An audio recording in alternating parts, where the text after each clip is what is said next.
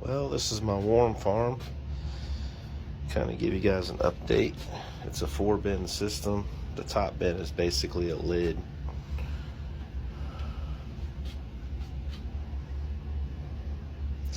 Set this to the side. Put a bunch of old bread in here the other day and they're eating on the bread.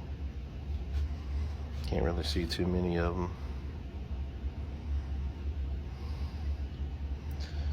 I just drained out some warm tea right here.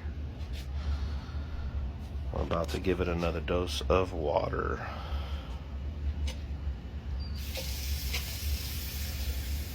Water about once a week, sometimes more, just depends.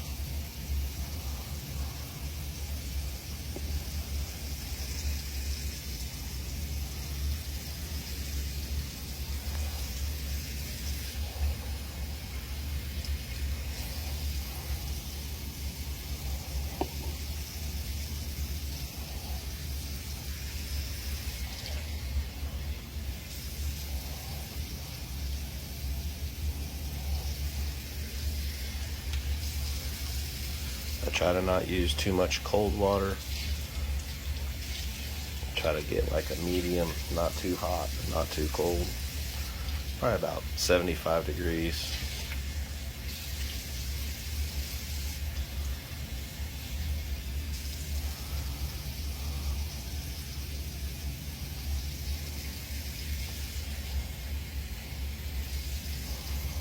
Get it around the edges.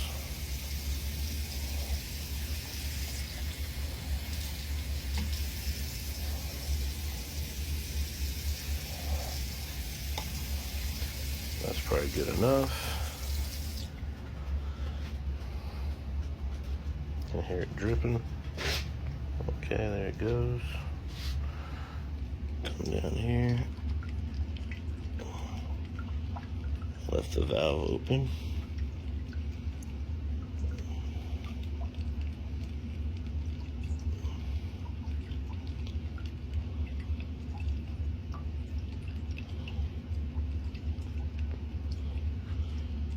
Then I'll feed this to my garden tonight. Hey guys, I thought I'd do a little video on how to make a worm farm.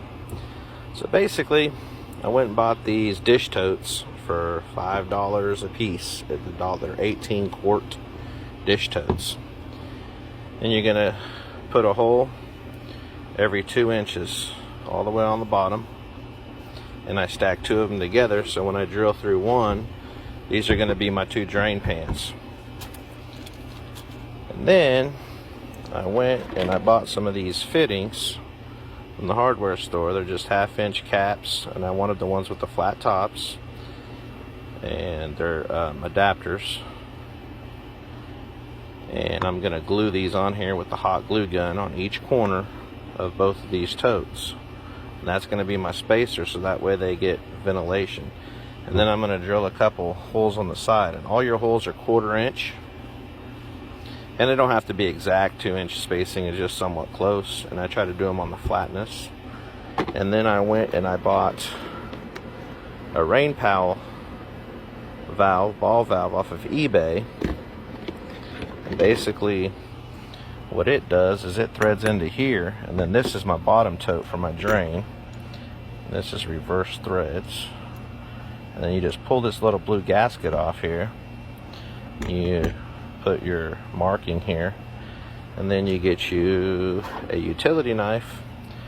And what I'm going to do is very carefully cut that out, and I'm going to put this in here, put some thread tape on there, and the valve comes with thread tape too. And that'll be my bottom drain for my warm tea. And these 2 will be my totes, one for food, and then they'll have another tote, and I'll rotate back and forth. And then the extra tote is going to be for my top. So that's pretty much how I make my worm farms. They're pretty simple, they work pretty good. Just thought I'd give you guys a heads up on. I'll do another video later when I get it all together and I get some worms in it. So just kind of give you guys, oh, and the pricing. So basically it was $21.73 with tax for the totes, so they were $5 a piece plus tax. And then the plumbing fittings were a little expensive. They were $29.38 for the plumbing fittings with tax, and it was $19.50 for the valve off of eBay, and that was with tax and shipping. So roughly you're talking 30, 40, 50, 70 bucks for everything. You could probably go with a cheaper valve, or you could just not even have a valve and just drain your bottom tote out. You know, just pull it off and drain it out. And you can use anything for spacers. I like these because the other one that I made, I used a shop vac hose, an old hose, plastic pipe that the shop vac came with, and I cut them off.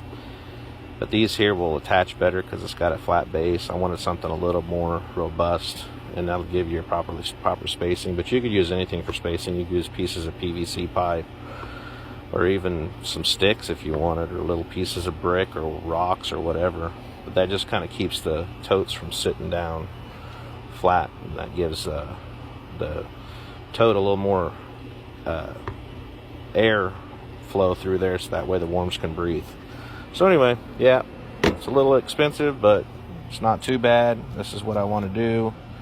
This is what I want to use, the more high quality valve and the better spacers. So anyway, this is how I'm going to build my worm farm. I'll do a video later when I get it all done. Hey everyone, I told you I'd do a follow-up video on my new worm farm that I built. So here's my old one. This is where I'm going to get all my worms. I'm going to take 1,000 worms from here, and I'm going to put them in to here. As you can see, I got my holes in the sides. See how I got nice spacing? There's a little bonus here, kind of show you what I put in for my bedding. That right there is 2 worms mating. See how they're twisted together right here? Kind of a cool little thing. I was transferring some worms over from there to here, and they're mating, so that's always good. So what I did is I took cocoa core fiber, that's my first layer, and then I grinded up some drink carriers in my coffee grinder to get this nice fuzz, and I mixed that with banana fiber, and then I got some compost, and I basically layered it. I did the banana fiber, the compost, another layer, banana fiber, compost. So it's multiple layers. I think like right above the first layer is I put 2 thin paper towels in there. And then I will add, I've got some cantaloupe and some cube covers and some banana peels and some green tea coffee grind stuff here I'm gonna put in there. And then I'll go over the top of that with some eggshell powder. And then later tonight I'll probably put some grapes. The reason I'm doing a lot of stuff like this, really juicy stuff, because I want all that juice to soak down into this compost. I want all this stuff to be edible. But the cocoa fiber down below, hopefully they won't want to go through that as easy and get down into the bottom tray. So I'm going to kind of show you how I got this set up here. So I got the valve down here, and the tote sits off the edge of the table, but you could always block it up if you wanted. So to pull this out, you can kind of see how these just sit up. Put it over here for a second, and I'll take this one out and kind of show you. And you can see how they sit. You see I got the spacers. I got about 2 inch of spacing on there. So this is my bottom, and that's where all my worm tea will go. And then I'll have this layer here, goes in here. You can see my side holes for breathing. And then I'll have my top layer, which is right here. I got the spacers on there too. You can see how it's spaced apart. And then this will be my lid. This will basically sit on here just like that, and that'll kind of keep it moist down in there. and it'll let the worms do their thing.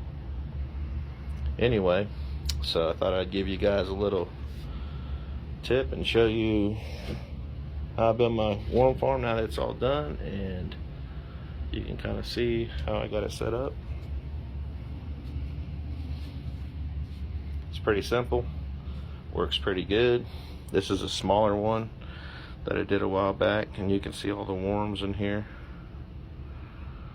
I mean, there's just tons and tons and tons of worms in here, and they're just eating away. I haven't fed them very much of anything lately because I wanted them to eat up what was in here. But I'm gonna take all adult worms out of here, probably about 1,000, and I'm gonna put them into there. And like I said, I'm gonna use all these juicy vegetables and fruits, and I'm gonna put some grapes in later too, back on top of this here, so that way all that juice will go down in there. And I'm also gonna, one last little tip, is I got some warm tea from the other bin, and I'm gonna put that over the top of this. That way I get all the bacteria and stuff, the right bacteria that I want, that the worms have already produced. That way they know they're in their own environment, I guess you would say. Anyway, I thought I'd share.